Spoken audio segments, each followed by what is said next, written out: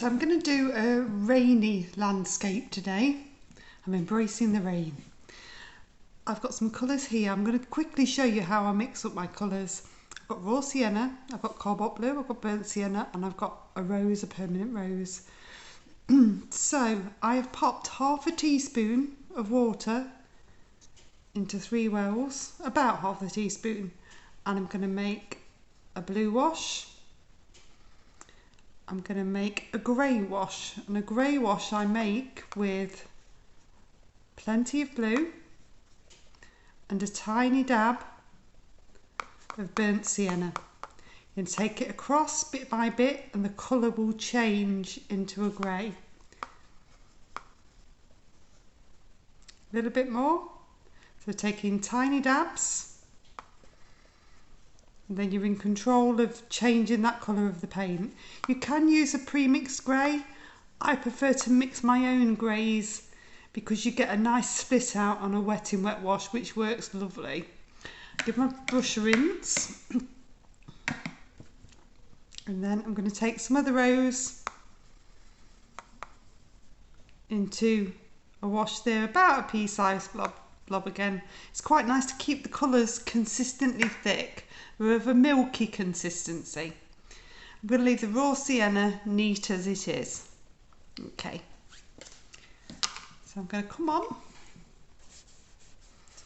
with some water onto the paper.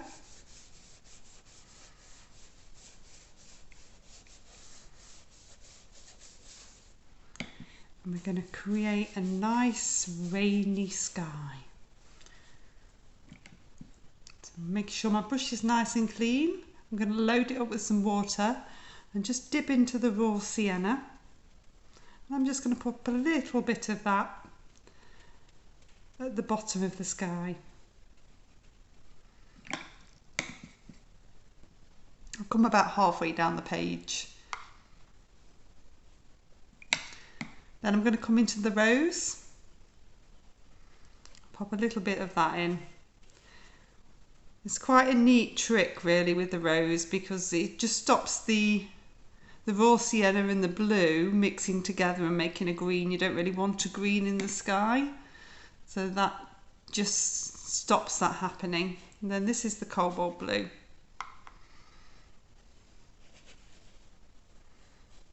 Now I've put plenty of water on here because I want a rainy effect.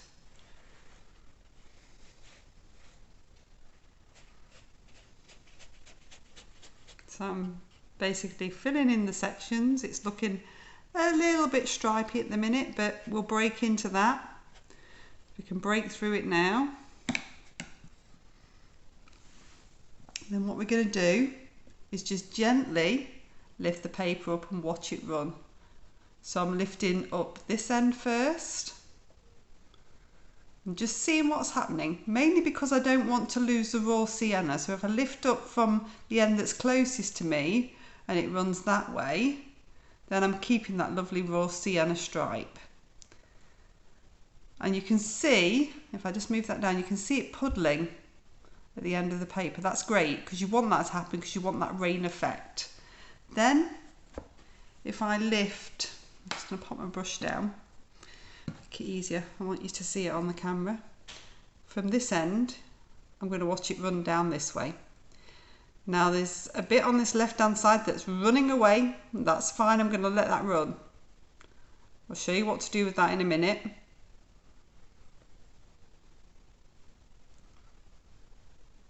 I want that paint to move a little bit. And just by lifting up from the end that's furthest away from me now, it's going to run down and start to create a rain effect. You can see that rose running into the raw sienna, this side. This we're going to sort out in a minute. We don't worry about bits like that. You can see the blue running into the rose and starting to create that lovely purple effect.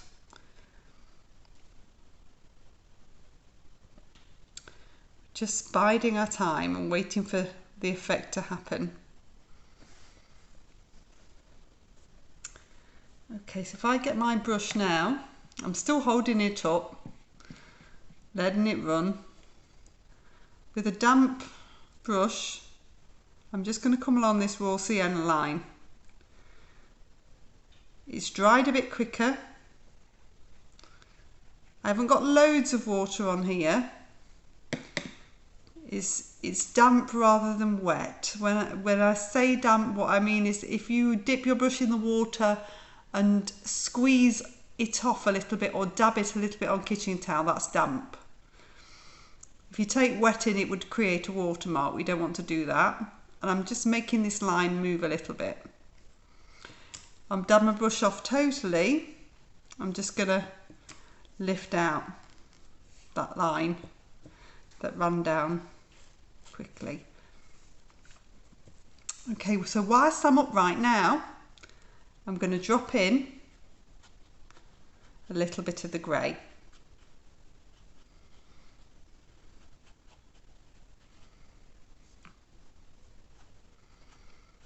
And then that's going to start to run down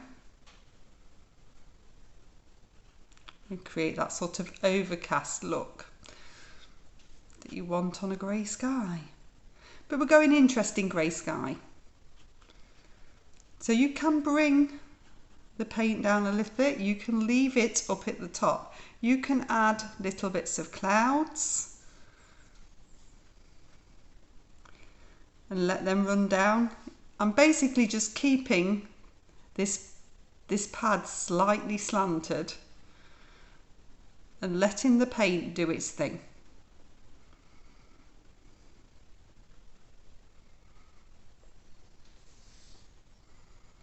You can see them running down. You can go as grey as you want. It's quite nice to have a little bit of colour. So I'm just dabbing in a bit more of the grey. Starting to create this really nice rainy effect. Then when you're happy, you're going to lay it flat. Okay, so it's still nice and damp. It's laying flat. What I'm going to do now is pick up around number 6. I've got no water on my brush and I'm picking up some neat raw sienna. And I'm going to come in and just create some little trees. So I'm going to start with a bit of raw sienna and then I'm going to dab into the raw sienna and dab into the neat blue.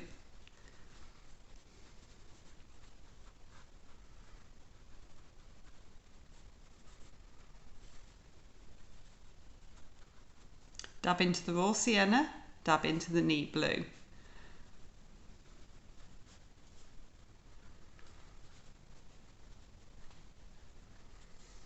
Dab into the raw sienna, dab into the neat blue. So what I want is some lovely muted trees in the background. You want some variety of different shapes. So if it looks a bit blue, that one looks a bit blue, take a bit of raw sienna in.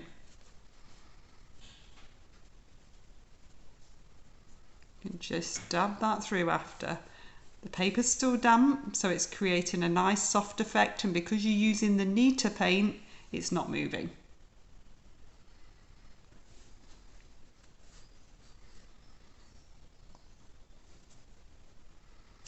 Dab in a little bit into both again. Create a different tree here. A bit more of a taller one.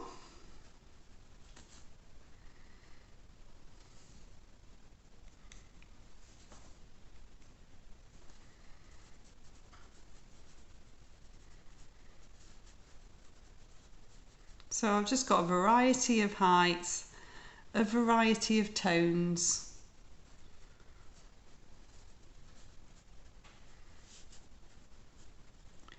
And it's just giving a really subtle effect of trees. If I take a little bit of the grey that we mixed up for the sky, I can just pop a little bit of that towards the bottom.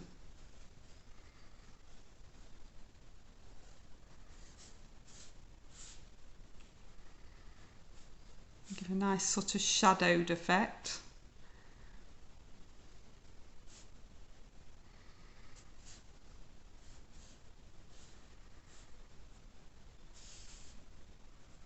You can use it through some of the trees if you want to as well. Some of the darker ones always benefit from a little bit of grey shadow.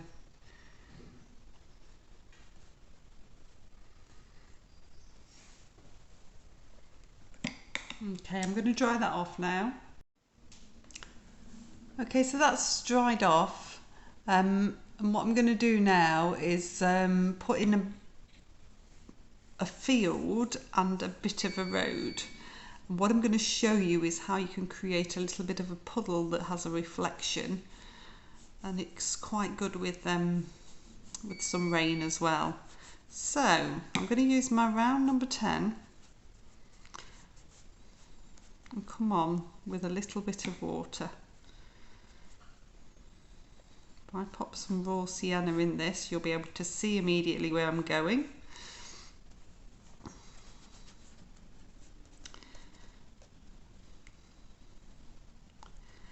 So I've popped in some raw sienna. There's a little bit of water there. I'm going to do the same this side. What I'm going to do is bring the path bigger. So it's narrow here, then as it comes forward it's getting bigger. If you think here you do a curve and here you do a bigger curve that makes that bit wider, that will always work. So this time I'm just loading my brush up with water and dipping into the neat raw sienna.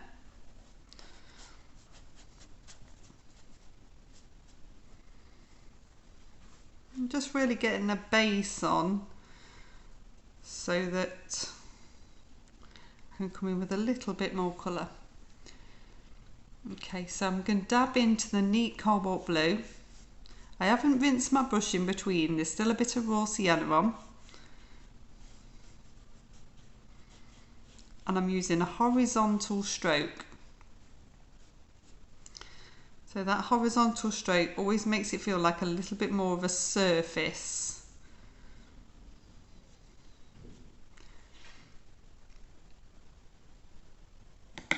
On the other side, I'm going to do a slightly different colour. I'm going to take in a little bit of the burnt sienna. These are all colours within the picture, so we'll work to create a nice synergy. So have a warmer side and a cooler side. Doesn't matter, you could do them both the same if you wanted. I'm going to swap down to a number 6 and pick up some of the sky grey. I'm just going to dot that in a few places towards the back. I'm quite happy to let it come down and do its thing, soften in. It's giving a nice edge to those trees. And it's all adding to the rainy feel. I just want you to run a little bit of paint in places along this edge. So I'm just very lightly touching the edge of the paper and then letting the paint do its thing. I'm going to do the same this side, just in a couple of places. You don't want to do a line because you don't want it to look like you've outlined something, but it's just creating a little bit more shadow. Then if I rinse my brush, I've dried it off, I'm just going to pull that shadow with a horizontal stroke.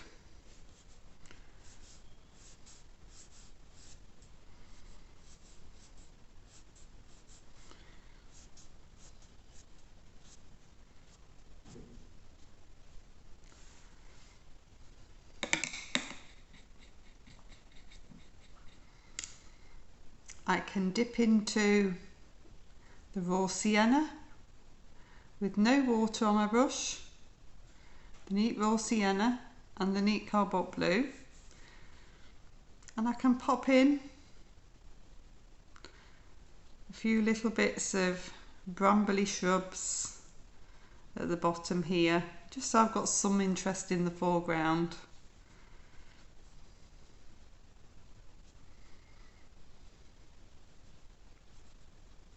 Just giving a bit of something there.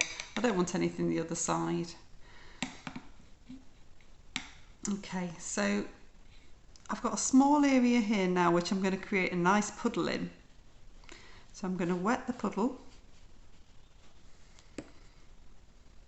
and then with a smaller brush, this round number 6, I'm going to come in with a little bit of blue.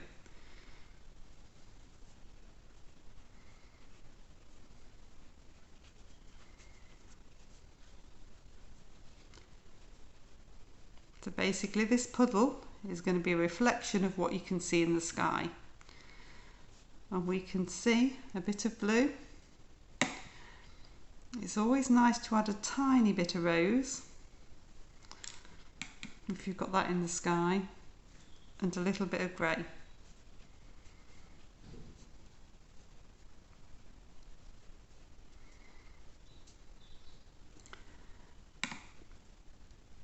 If you want a smaller puddle behind it, because often puddles come in more than one, I'm going to pop a little one in behind.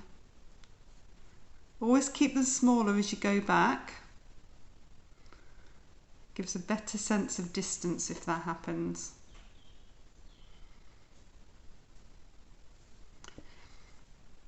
So I've just kept those blue, but I will add a tiny bit of grey in that slightly bigger one. Okay, I'm going to dry that off. So that's nicely dry, so we're just going to pop the path or road in now. And we're going to come round the puddles. So this is a little bit of water going on with my round number 10.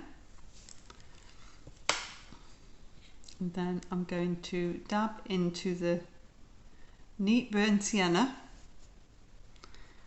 with a loaded water brush. So it's going to be quite brown.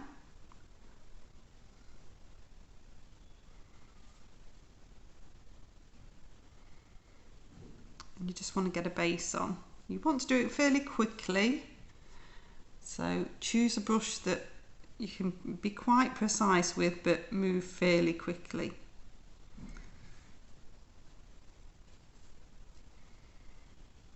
Come round the puddle,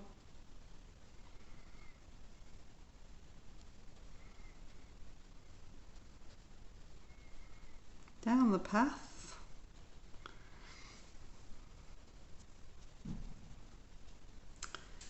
Then I'm going to swap to a smaller brush, so I'm going to go back to my round number 6 and I'm going to pick up some of the grey. And I want to come around the puddle.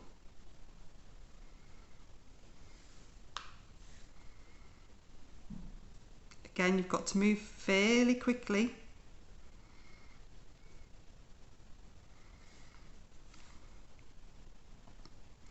Around this puddle. And around that puddle. Then what I'm going to do is just spread that colour horizontally. So I'm just moving the brush horizontally on the path.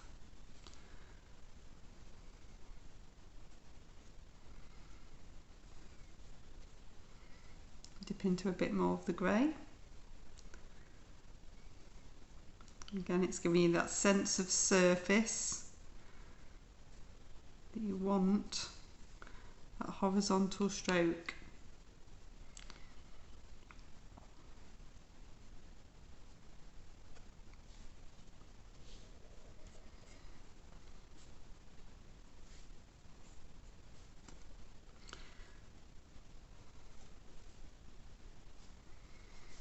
I'm just going to build this up.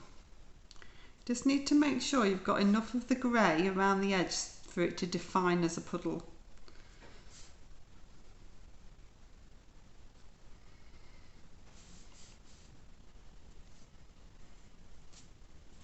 You could take something darker in if you wanted to as well.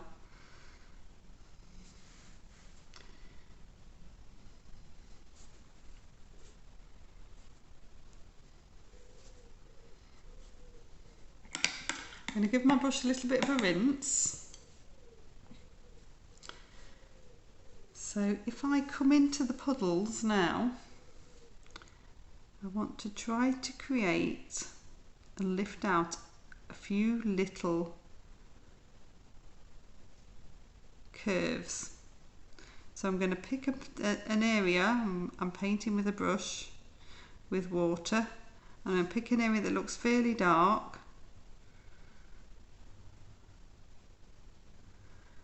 Just trying to create a little curve.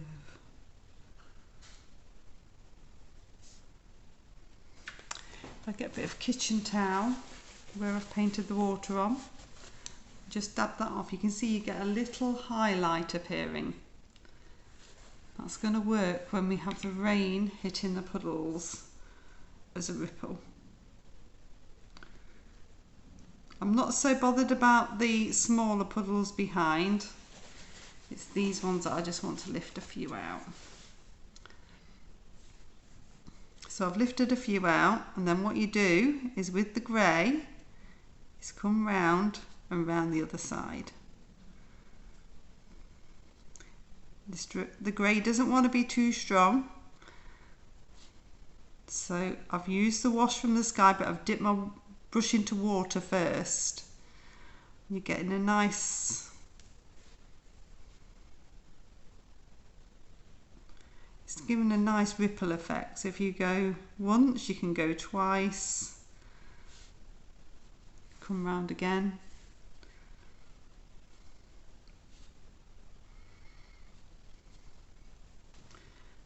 You're getting a ripple effect of rain hitting the puddle. So if I come a bit further this way,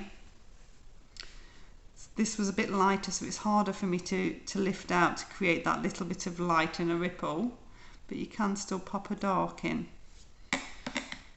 So that's the grey going in. If it looks too dark, just slightly dab it. Just slightly dab it off.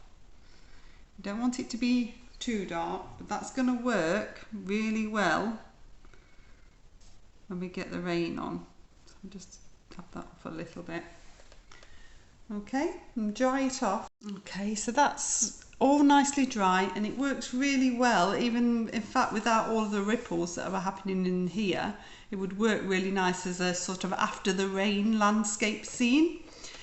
What I'm going to do now is add rain, and this is quite a brave thing to do, but it does work very well.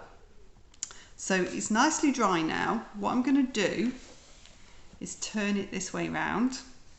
I'm going to get a flat brush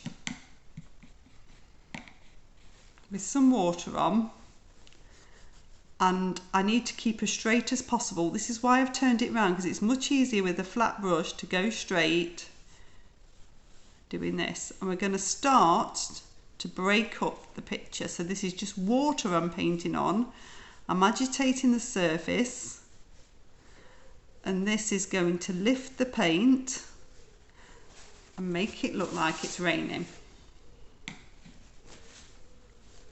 So we're going to do a few of these, and then I'm going to show you the last technique to really make it look like it's raining. So you keep them quite small and pop them in randomly. So try not to create too much of a pattern.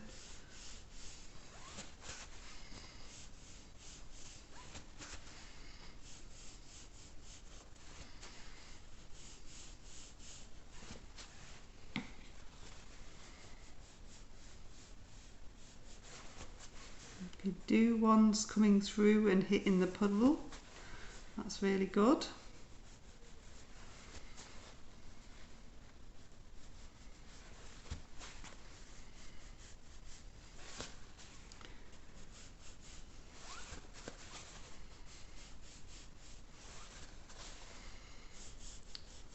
These are the highlights of rain, and then we've got the actual rain coming on in a second.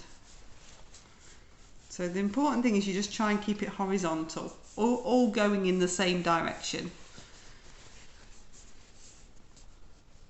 Once you've got a few on, just look around and just check you haven't got patterns happening, and then put ones in to make it look less patterned.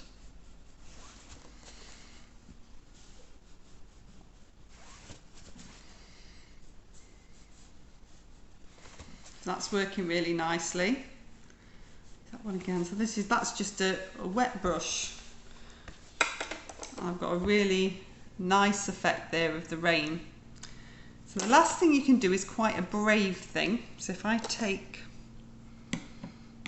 my palette, add a little bit of water, I'm going to take this grey, and that grey I'm going to dab into there. So I'm going to have a very fluid looking grey. I'll pop the colours that I've used by the side of the picture at the end so you can see those.